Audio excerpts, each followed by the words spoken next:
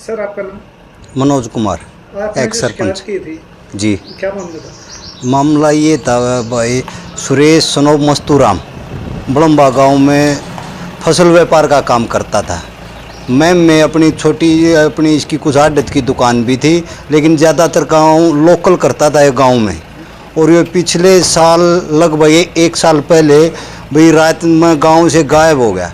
और वही गांव वाले ये पिछले 20-30 साल से इतना काम कर रहा था, पूरा गांव को इस पर विश्वास था, इसमें पैसे जमा भी कर देते, किसी को भाई जो आवश्यकता अनुसार दे भी दिया था।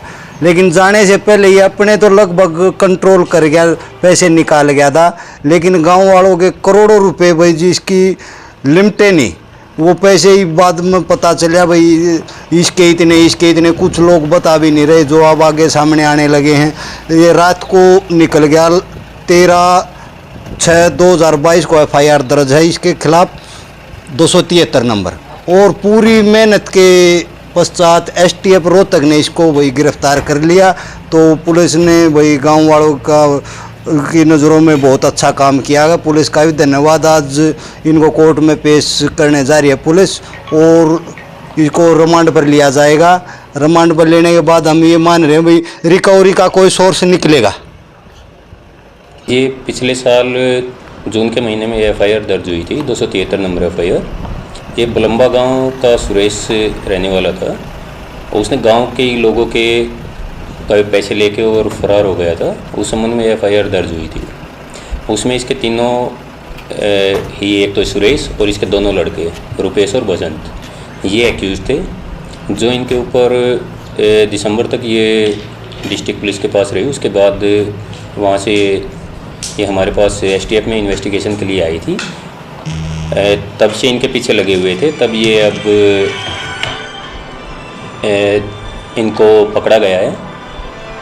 आज कोर्ट में पेश किया गया। आज इनको कोर्ट में पेश करके 9 दिन के पुलिस रिमांड पर लिया गया है। गांव वाले भी आए हुए हैं STF में?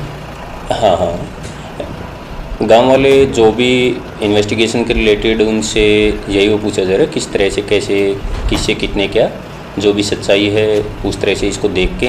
और करीब अब तक जो आई है 30 करोड़ रुपए के आसपास इन्होंने रिटर्न वो दिया है, कितने पैसे इनके गए हुए हैं। तो उसी आधार पे इनसे पूछताछ और वो की जा रही है। चर्चा ये थी कि ये विदेश भाग गया पूरे परिवार को लेकर। नहीं, वो सारा टेक्निकल चीज़ें और उस पर हमने काम किया था, लेकिन ऐसी कोई चीज़ मिली नहीं थी। और फिर उसी आधार पे इनके ठिकानों पे और जो भी चीज़ें हमारे पास आई टेक्निकल, उनके आधार पे इनको पकड़ा गया। अरेस्ट कहाँ से किया गया?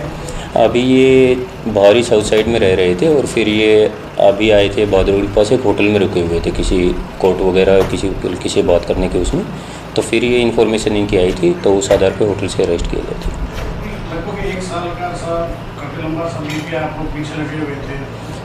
ड्यूरिंग दिस पीरियड ये कहाँ छुपे हैं? ये साउथ साइड में अभी हम अपनी तरफ से और पूछताछ कर रहे हैं। अभी जो इन्होंने बताया ये साउथ साइड में नागपुर वगैरह और वहाँ उस तरफ ही गए थे ये, और किराए के उसमें रह रहे थे ये। तो अभी कोई रिकवरी फिलहाल हुई है या अभी इनको अरेस्ट किया। आज इनसे अच्छी तरह से गहनता से पूछताछ करके जो भी रिकवरी होगी वो करेंगे।